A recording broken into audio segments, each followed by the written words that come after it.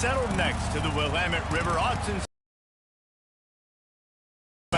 and the flock of ducks that call it home have made this one of the most challenging places for any team to come calling. Calendar has been circled for both teams in this one. Two of college football's elite, ready to go head-to-head in a top-5 showdown. As we'll see the #1 team in the country, the Georgia Bulldogs, taking on the 4th-ranked team in the land, the Oregon Ducks.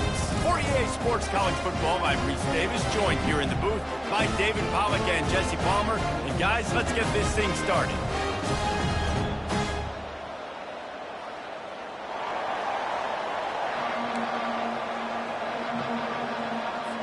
The Ducks will get us started with the opening kickoff.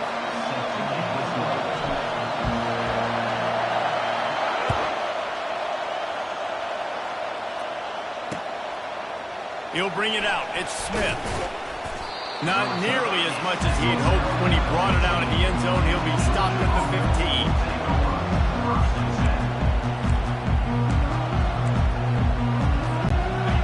This crowd trying to show them what it's going to be like all day in this house.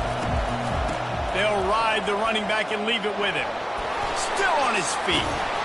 Just a savvy, veteran, productive run from this junior. You want to get the crowd out of the game? Make it boring. Pound the football. Run the football right at them. It takes the juice away. It takes that sauce away. You don't get to those third down situations where they get absolutely bonkers, and it's hard for the quarterback to even think. Just run the football right at them. Not a whole lot of progress made there on the short run.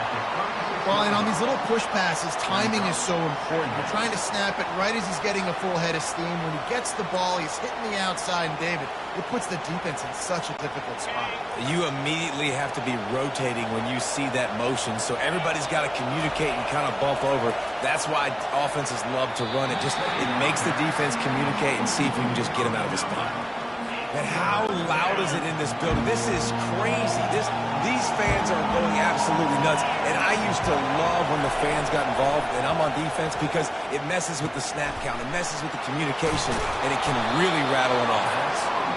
Really confident throw and catch there. Big pickup, and they have a first down.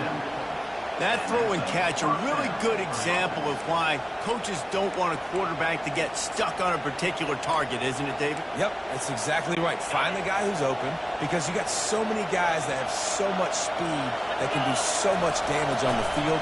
Find my matchup, get it to him, let him do the rest. Can't find his man as he took a shot trying to deliver that football, and it'll be second down.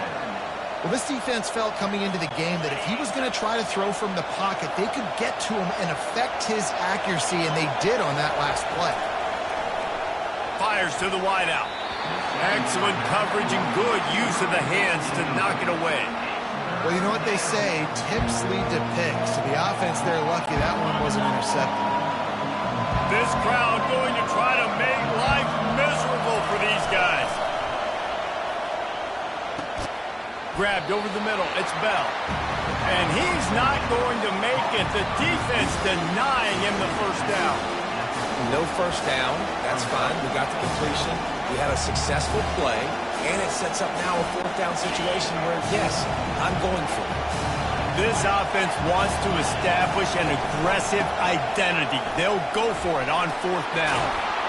And excellent vision to find running room there and make a really good pickup before the defense put a stop to it. You know, you kind of get stuck in no man's land once you get across that 50-yard line where it might be a long field goal, which isn't really high percentage. Or do I go for it on fourth down? I like to go for it. And the pressure was all over him in the blink of an eye.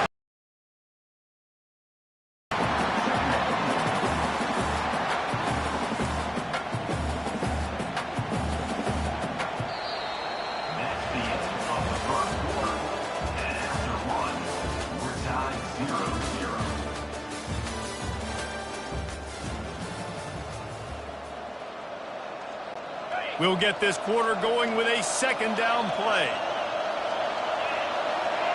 To the air, it's Beck. Trying to get to it. And here comes the pressure, and there he goes down again. Nice coverage on the back end. Great job. Nothing open right away. The QB holds the ball in the pocket, and the pass rush finally gets home. Sometimes it's the DBs doing great work. Sometimes it's the defensive lineman winning up front. On 3rd and long, you'll need to push it downfield. Complete out of the backfield, looking for the sticks. You got to love that on defense. One of the most critical statistics out there is how do you play on 3rd down? How do you prevent the opponent from keeping drives alive? Right there, tackling the catch, you gave up the completion, what do? You set up 4th and long, you're going to get the ball back, go get some water and settle. The clock has stopped and we've reached the 2-minute warning before halftime.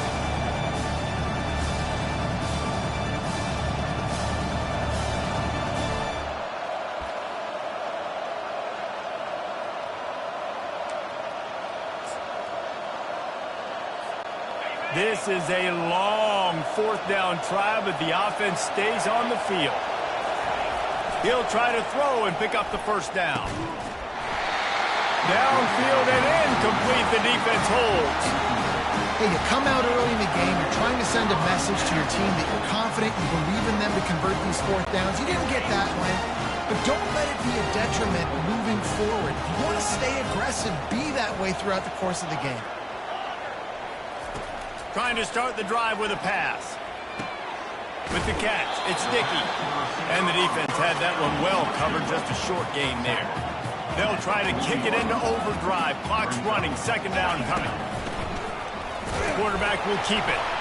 That's a fumble. Defense just cradling that fumble and securing it.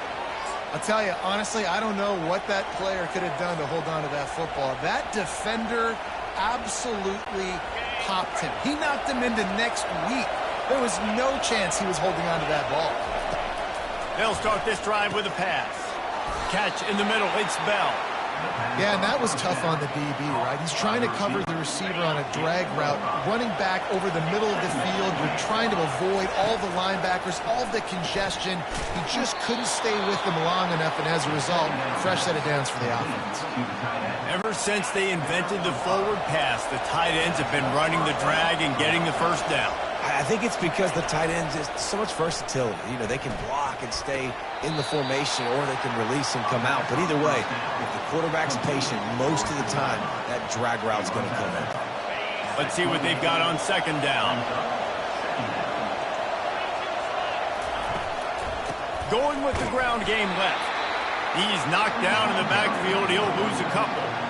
You know, the runner just has to have a little bit more patience, bounce that thing outside a little too early, and as a result, lost yards. They're within field goal range at the 29. Let's see if they can pick up a few or the 1st down on 3rd and long. Yeah, and 3rd and short, they choose not to run, throw the football, and I think a lot of that has to do with they know they're in field goal range. They can take the 3 points on the board. 1 for 2 on 4th down attempts so far, and we will get a 3rd